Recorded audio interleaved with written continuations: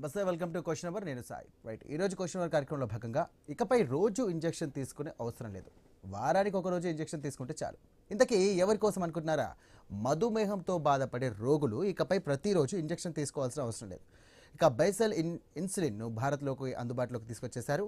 ఇక డెన్మార్క్ చెందినటువంటి novo Nordisk అనే సంస్థ అవిక్లీ పేరుతో కొత్త ఇన్సులిన్ను కూడా విడుదల చేసింది. టైప్ 1, టైప్ 2 మధుమేహంతో బాధపడే రోగులకు ఇది ఉపయోగపడుతుంది. ఇక సాధారణంగా ఇన్సులిన్ తీసుకునే రోగులు రోజు ఇంజెక్షన్ తీసుకోవాల్సి వస్తుంది. అయితే కొత్తగా వచ్చినటువంటి అవిక్లీతో వారానికి ఒక్కసారి మాత్రమే ఇంజెక్షన్ తీసుకుంటే సరిపోతుంది. ఇక దేశంలో దాదాపు 10 కోట్లకు మందికి పైగా బాధితులు మధుమేహంతో బాధపడతా ఉన్నారు. ఇందులో భాగంగా చాలామంది ప్రతిరోజు కూడా ఇంజెక్షన్ తీసుకోవాల్సి వస్తుంది. రక్తంలో చక్కెర స్థాయిని నియంత్రించే సామర్థ్యంలో ఇది రోజు తీసుకునే ఇన్సులిన్తో పోలిస్తే కనుక మెరుగైన ఫలితాలు ఇచ్చినట్టుగా క్లినికల్ పరీక్షల్లో కూడా తేలిందంటూ నోవో నార్డిస్క్ సంస్థ వెల్లడించింది. ఇక మధుమేహ చికిత్సలో భాగంగా ఈ కొత్త ఇంజెక్షన్ గేమ్ చేంజర్గా మారనుందా? రోగులకు ఇది నిజంగానే వరమా? వారానికి ఒకసారి తీసుకునే ఇంజెక్షన్స్తోనే షుగర్ నియంత్రణలో ఉంటుందా? వైద్య నిపుణుల ఏమంటున్నారు? దీనికి సంబంధించి కూడా దుష్ప్రభావాలు ఏమైనా ఉన్నాయా అన్న దానిపై కూడా ఇప్పుడు మనం క్వశ్చన్ అవర్లో చర్చిద్దాం. రైట్, ఈ క్వశ్చన్ అవర్ కార్యక్రమంలో భాగంగా ప్రముఖ డాక్టర్ సంబంధించి కూడా సుమన గారు ఉన్నారు. అలాగే దీనికి సంబంధించి కూడా జయరాం గారు కూడా అందుబాటులోకి వస్తున్నారు. ప్రముఖ డాక్టర్లు ఇద్దరు కూడా. రైట్, ఇకపై రోజు ఇంజెక్షన్ తీసుకునే అవసరం లేదు, వారానికి ఒక రోజు ఇంజెక్షన్ తీసుకుంటే సరిపోతుంది. ఇంతకీ ఎవరి కోసం అనుకుంటున్నారా? మధుమేహంతో బాధపడే రోగులు ఇకపై ప్రతిరోజు ఇంజెక్షన్ తీసుకోవాల్సిన అవసరం లేదు. ఇక బేసల్ ఇన్సులిన్ను భారత్లోకి అందుబాటులోకి తీసుకొచ్చేశారు. డెన్మార్క్కు చెందినటువంటి నోవో నార్డిస్క్ అనే సంస్థ అవిక్లీ పేరుతో కూడా కొత్త ఇన్సులిన్ను కూడా విడుదల చేసింది. టైప్ 1, టైప్ 2 మధుమేహంతో బాధపడే రోగులకు ఇది ఉపయోగపడుతుందన్నమాట. సాధారణంగా ఇన్సులిన్ తీసుకునే రోగులు రోజు ఇంజెక్షన్ తీసుకోవాల్సి వస్తోంది. అయితే కొత్తగా వచ్చినటువంటి అవిక్లీతో వారానికి ఒక్కసారి ఇంజెక్షన్ తీసుకుంటే సరిపోతుంది. ఇక దేశంలో దాదాపు 10 కోట్లకు మందికి పైగా బాధితులు మధుమేహంతో బాధపడతా ఉన్నారు. ఇందులో చాలామంది ప్రతిరోజు కూడా ఇంజెక్షన్స్ తీసుకోవాల్సి వస్తుంది. ఇక రక్తంలో చక్కెర స్థాయిని నియంత్రించే సామర్థ్యంలో ఇది రోజు తీసుకునే ఇన్సులిన్తో పోలిస్తే కనుక మెరుగైన ఫలితాలు ఇచ్చినట్టుగా క్లినికల్ పరీక్షల్లో తేలిందంటూ నోవో నార్డిస్క్ సంస్థ వెల్లడించింది. మధుమేహ చికిత్సలో భాగంగా ఈ కొత్త ఇంజెక్షన్ గేమ్ చేంజర్గా మారనుందా? రోగులకు ఇది నిజంగానే వరమా? వారానికి ఒకసారి తీసుకుంటే కనుక ఇంజెక్షన్తోనే షుగర్ నియంత్రణలోనే ఉంటుందా? ఇక వైద్య నిపుణులు ఏమంటున్నారు? ఇక దుష్ప్రభావాలు ఏమంటున్నాయా అన్న దానిపై కూడా మనం ఈరోజు చర్చిద్దాం.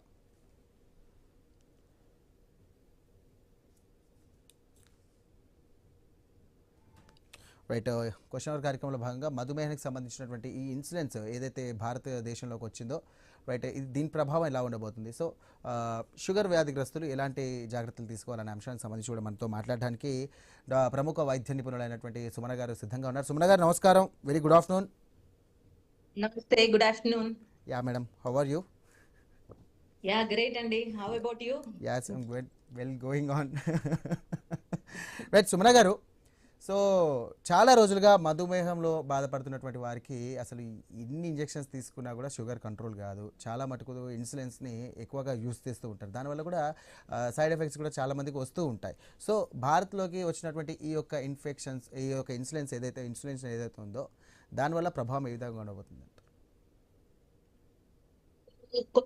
రిలీజ్ అయిన జులై 2026 యా, అంటే ఈ మంత్ లోనే రిలీజ్ అయిన ఎవిక్లీ అనే ఇంజెక్షన్స్ నోవో నార్డిస్క్ వాళ్ళు రిలీజ్ చేశారు.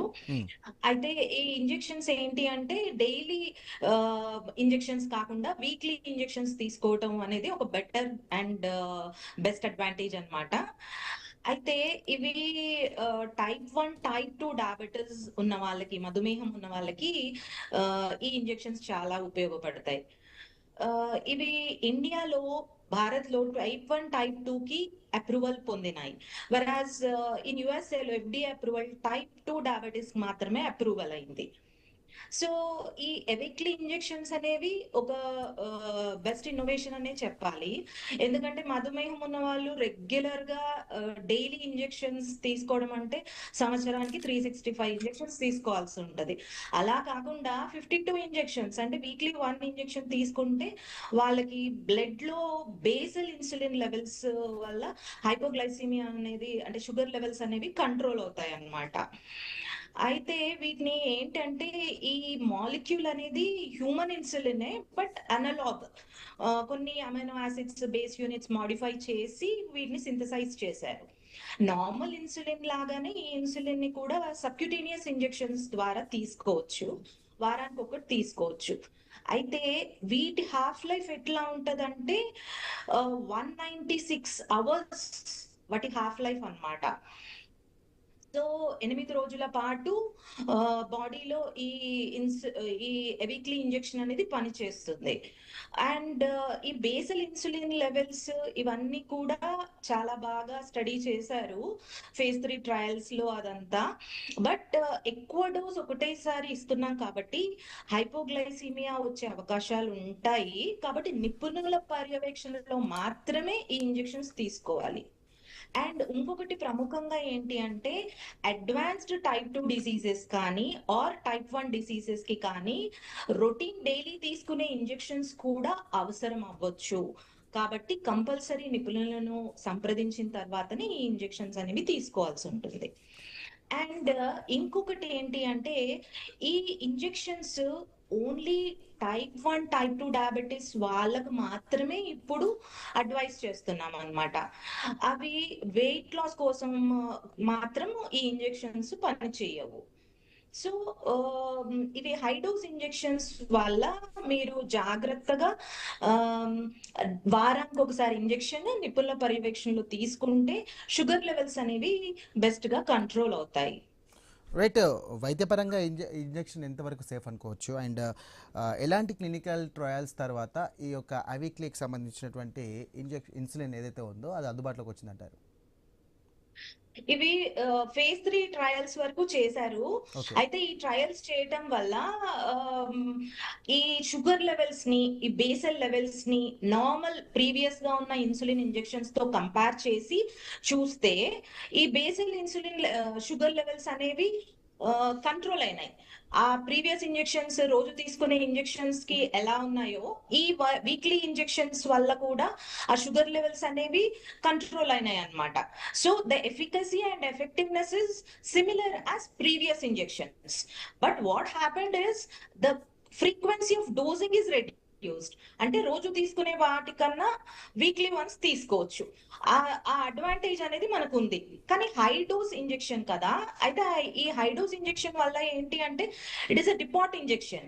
ఆల్బమిన్ ని బైండ్ చేసి ఆ ఇంజెక్షన్ లో ఉన్న కాంపోనెంట్ అనేది స్లోగా రిలీజ్ అవుతూ ఉంటుంది. సో అట్లా స్లోగా రిలీజ్ అవ్వడం వల్ల వారం రోజుల పాటు ఈ ఇంజెక్షన్ అనేది పనిచేస్తూ ఉంటుంది అన్నమాట.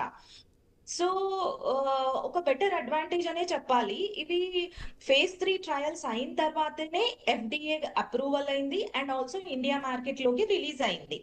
అయితే ఇండియాలో ఇంకా better advantage, it can also be used in type 1 diabetes along with type 2 diabetes, whereas in United States it is only useful for the type 2 diabetes. FDA is not approved yet for the type 1 diabetes. Okay. Hypoglycaemia సంబంధించినటువంటి అంశంలో చూసుకుంటే కనుక sugar ఒక్కసారిగా పడిపోవడం, దీనివల్ల కూడా ఈ ప్రమాదంలో ఈ ఒకవేళ అవీక్లీ ఇన్సులిన్స్ వాడితే కనుక వారికి సంబంధించి కూడా ఆ రోగ నివారణ తగ్గుతుంది అనుకోవచ్చా?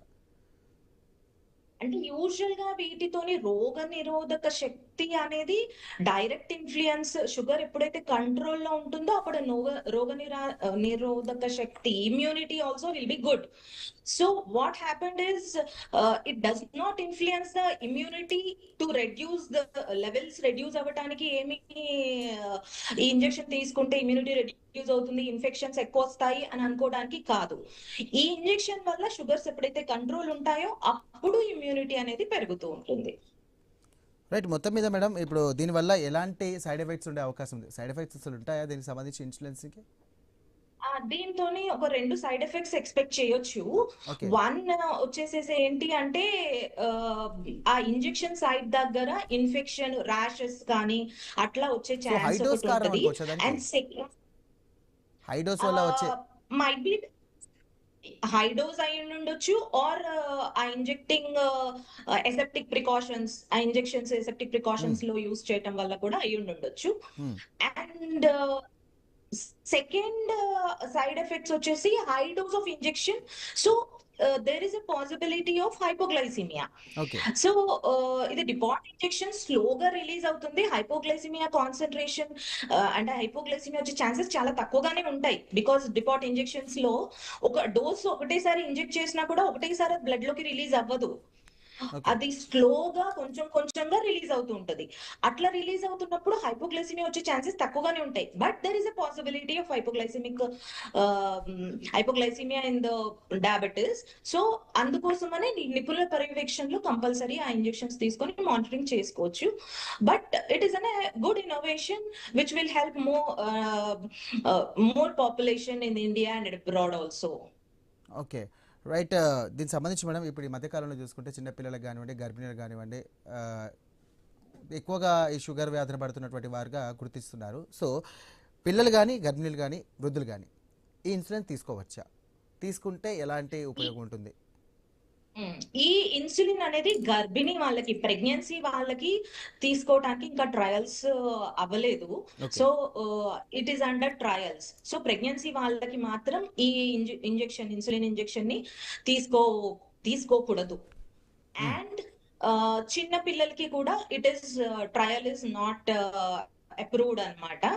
ఓల్డ్ ఏజ్ వాళ్ళు అంటే టైప్ 2 డయాబెటీస్ ఉండి 60 ఇయర్స్ వరకు without any morbid conditions it is advisable. But it is not yet completely approved, or trials are not yet completely after 60 years కి ఇంకా నిర్ధారణ అవ్వలేదు. So before 60 years type 1 type 2 వాళ్ళు compulsory తీసుకోవచ్చు. Right. Social మీడియాలో వస్తున్న విధంగా చూసుకున్నట్టయితే రోజు ఇన్సులిన్స్ అవసరం లేదు, ఇంజెక్షన్ అవసరం లేదు, పూర్తిగా ఫ్రీగా అనే ప్రచారాన్ని ఎంతవరకు నమ్మచ్చు అంటారు?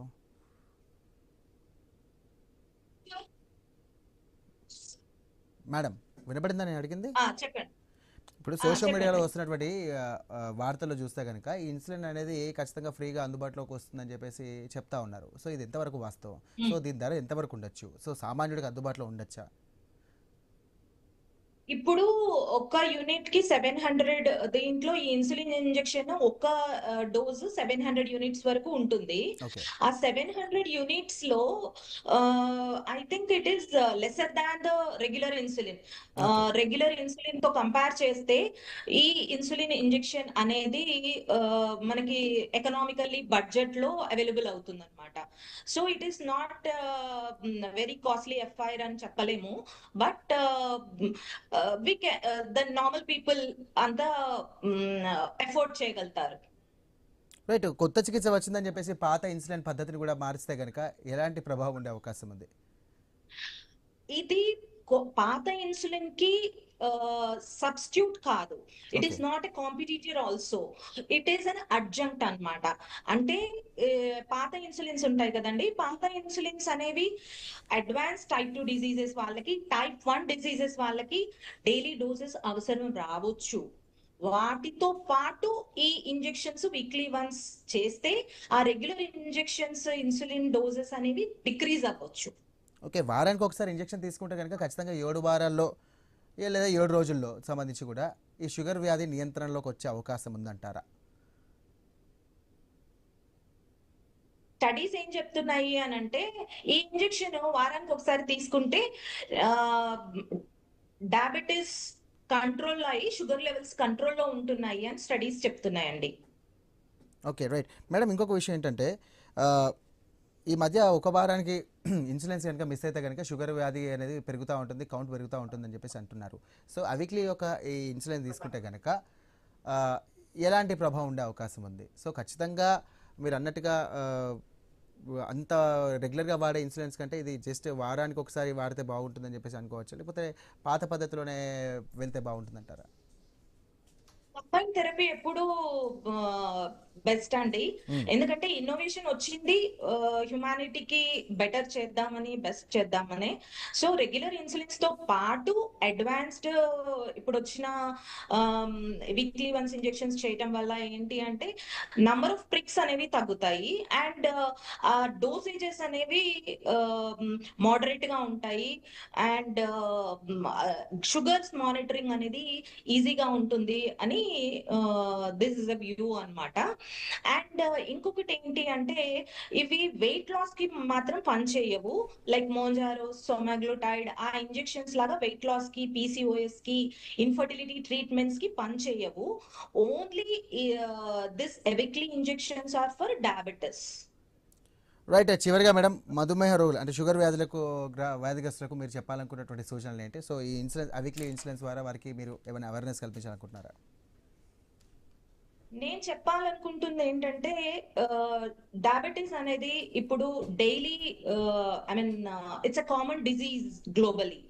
సో డెఫినెట్ గా lifestyle habits, healthy lifestyle habits and also నిపుణుల పర్యవేక్షణలో ఈ డయాబెటిక్ నిపుణుల ద్వారా డెఫినెట్ గా ఈ డయాబెటీస్ కంట్రోల్ అనేది ఈ కొత్త టెక్నాలజీ ఇంజెక్షన్స్ కానీ ఆర్ టాబ్లెట్స్ కానీ తీసుకోవడం తీసుకోవడం వల్ల డయాబెటీస్ షుగర్ ఎప్పుడైతే కంట్రోల్లో ఉంటుందో దేహంలో ఉన్న ఆర్గన్స్ అన్ని కూడా సరిగ్గా పనిచేయడం వల్ల క్వాలిటీ ఆఫ్ లైఫ్ అనేది ఇంప్రూవ్ అవుతుంది. రైట్. థ్యాంక్ యూ డాక్టర్ గారు, థ్యాంక్ యూ ఫర్ జాయినింగ్ అండి. So thank you so much and మీ విలువైన సమయాన్ని కేటాయించినందుకు. రైట్, మొత్తం మీద అయితే అవీక్లీ ఈ యొక్క ఇన్సులిన్ ద్వారా కూడా సామాన్యుడికి అందరికీ కూడా అందుబాటులో ఉంటుంది. ముఖ్యంగా కూడా గర్భిణీలకు సంబంధించి కూడా ఇంకా క్లినికల్ ట్రయల్స్ రన్నింగ్లో ఉన్నాయి కాబట్టి దీనికి సంబంధించి కూడా వారు క్లినికల్ ట్రయల్స్ చేస్తున్నారు. సో ఇది చిన్నపిల్లలకు అలాగే వృద్ధులకు సంబంధించి కూడా వారికి ఉపయోగకరంగా ఉంటుందని చెప్పేసి డాక్టర్ గారు సూచిస్తున్నటువంటి అంశం. సో మొత్తం మీద ఇటు పాత ఇన్సులిన్ పద్ధతి ఏదైతే ఉందో దాన్ని డాక్టర్ పర్యవేక్షణనే, డాక్టర్ యొక్క సూచించిన ప్రకారంగానే ఇది వారానికి ఒకసారి వేసుకుంటే కనుక మనకు షుగర్ వ్యాధి అనేది కొంచెం కంట్రోల్లోకి వస్తుందని చెప్పేసి డాక్టర్ గారు చెప్తున్నటువంటి మాట. సో మొత్తం మీద ఇటు షుగర్ వ్యాధిగ్రస్తులు అయితే ఇటు వ్యాయామం కానీ, యోగా కానివ్వండి, లేకపోతే వారి యొక్క దినచర్యకు సంబంధించి కూడా డే బై డే డైట్ ఏదో మెయింటైన్ చేస్తున్నారు, అది మెయింటైన్ చేసినప్పటికీ కూడా అవీక్లీ ద్వారా కూడా కొంచెం షుగర్ అనేది కొంచెం అందుబాటులోకి కొంచెం నియంత్రణలోకి వచ్చే అవకాశం ఉన్నట్టుగా తెలుస్తూ ఉంది. రైట్, ఇది వాళ్ళ క్వశ్చన్ అవర్. మరో అంశంతో మళ్ళీ కలుద్దాం. అంతవరకు చూస్తున్నానండి మీ ఐ న్యూస్.